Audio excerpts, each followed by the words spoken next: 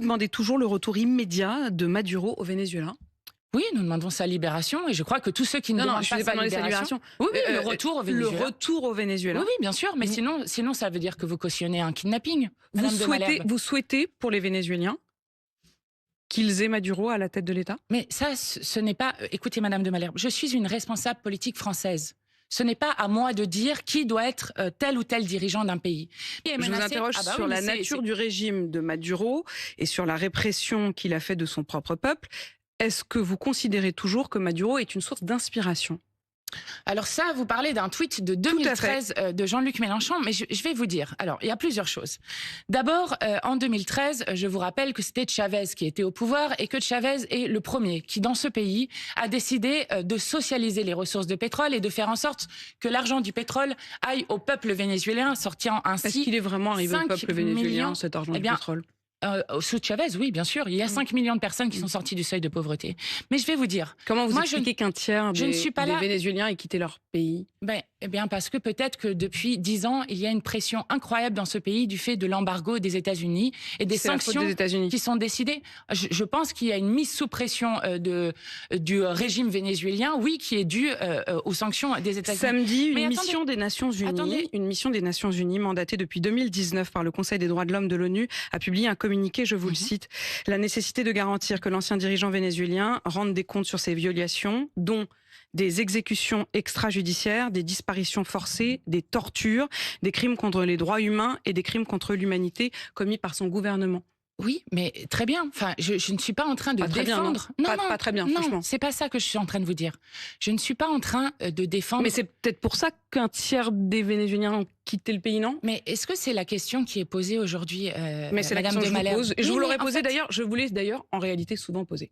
Je vous ai souvent parlé à vous, LFI. Je n'ai pas attendu ce qui s'est passé aujourd'hui pour savoir comment vous pouviez continuer à estimer effectivement qu'il n'y avait pas de problème. Nous le droit international, Madame de Malherbe. Nous n'avons jamais dit qu'il n'y avait pas de problème avec le régime vénézuélien. Nous disons juste qu'à partir du moment où nous laissons la première armée du monde décider qui est légitime d'être à la tête de tel ou tel pays, décider de pouvoir enlever tel ou tel président, alors c'est la loi du plus fort. J'ai parfaitement compris cette question-là.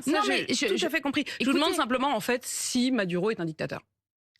Mais ce n'est pas la question qui est posée. C'est une question. Je vais vous dire pourquoi je n'ai pas envie de répondre à cette question. En tout cas, j'ai vérifié. Vous n'avez jamais dit, alors là, pour le coup, oublions la question de Donald Trump, vous n'avez jamais dit, les dernières semaines, les derniers mois, ou même les dernières années, que Maduro était un dictateur. Mais écoutez, si c'est la question des dictateurs, pourquoi est-ce que les États-Unis n'interviennent pas? Je ne sais pas, on n'a pas la question de l'intervention, je vous demande la question de la nature de ce régime. Je vais vous expliquer pourquoi. Est-ce que vous considérez, vraiment nonobstant la question de l'intervention de Donald Trump, est-ce que vous considérez que Maduro n'a jamais été un dictateur?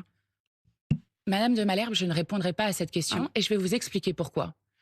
Nous ne prenons pas comme modèle, et d'ailleurs nous ne prenons aucun modèle extérieur, puisque nous inventons nous-mêmes notre propre manière de fonctionner. Il y a quand même un modèle, puisque le mot inspiration a été prononcé par Jean-Luc Mélenchon à propos du Venezuela. Non, ce tweet date de 2013. Le moment de l'arrivée de Maduro au pouvoir. Oui. Après le chavisme, ce tweet date de 2013. Donc nous n'avons pas de modèle extérieur. C'est Hugo Chavez qui a quand même choisi Maduro, vous le reconnaîtrez, comme son successeur. Oui. Donc il y a une continuité. Plutôt non. Enfin, ça dépend. Ça dépend comment on voit les choses. C'est l'un qui a choisi l'autre. Mais écoutez, en fait, je suis surprise. Pourquoi vous dites pas les choses comme elles sont? Mais parce que peut-être vous ne considérez pas que c'est un dictateur. Parce que je ne rentrerai pas dans ce que font les atlantismes béats ici, qui essayent d'expliquer que l'agression qui a été faite au Venezuela serait une question de démocratie. Je ne parle pas de l'agression.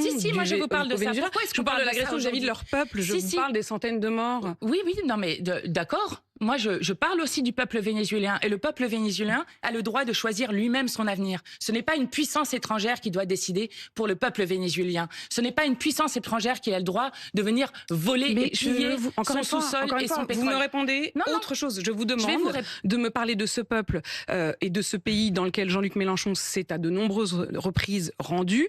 Quel bilan en a-t-il tiré?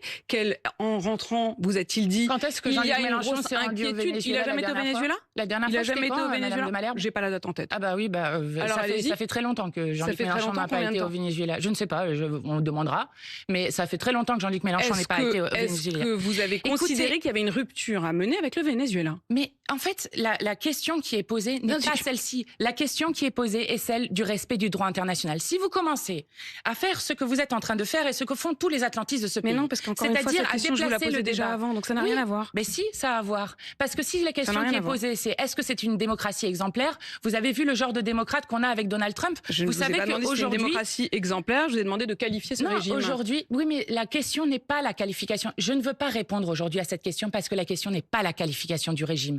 Parce que si vous commencez à mettre le doigt dans la qualification du régime, à ce moment-là, vous justifiez, vous légitimez ce qui est fait comme violation du droit international et des peuples du monde. Il est clair qu'effectivement, vous ne voulez pas qualifier Nicolas Maduro de dictateur. Mais vous pouvez essayer de faire un buzz là-dessus. Non, je ne fais aucun buzz. Je vous pose la question comme je vous l'ai toujours posée. Je ne veux pas répondre à cette question. J'ai compris. Ce n'est pas ce qui est en jeu. Et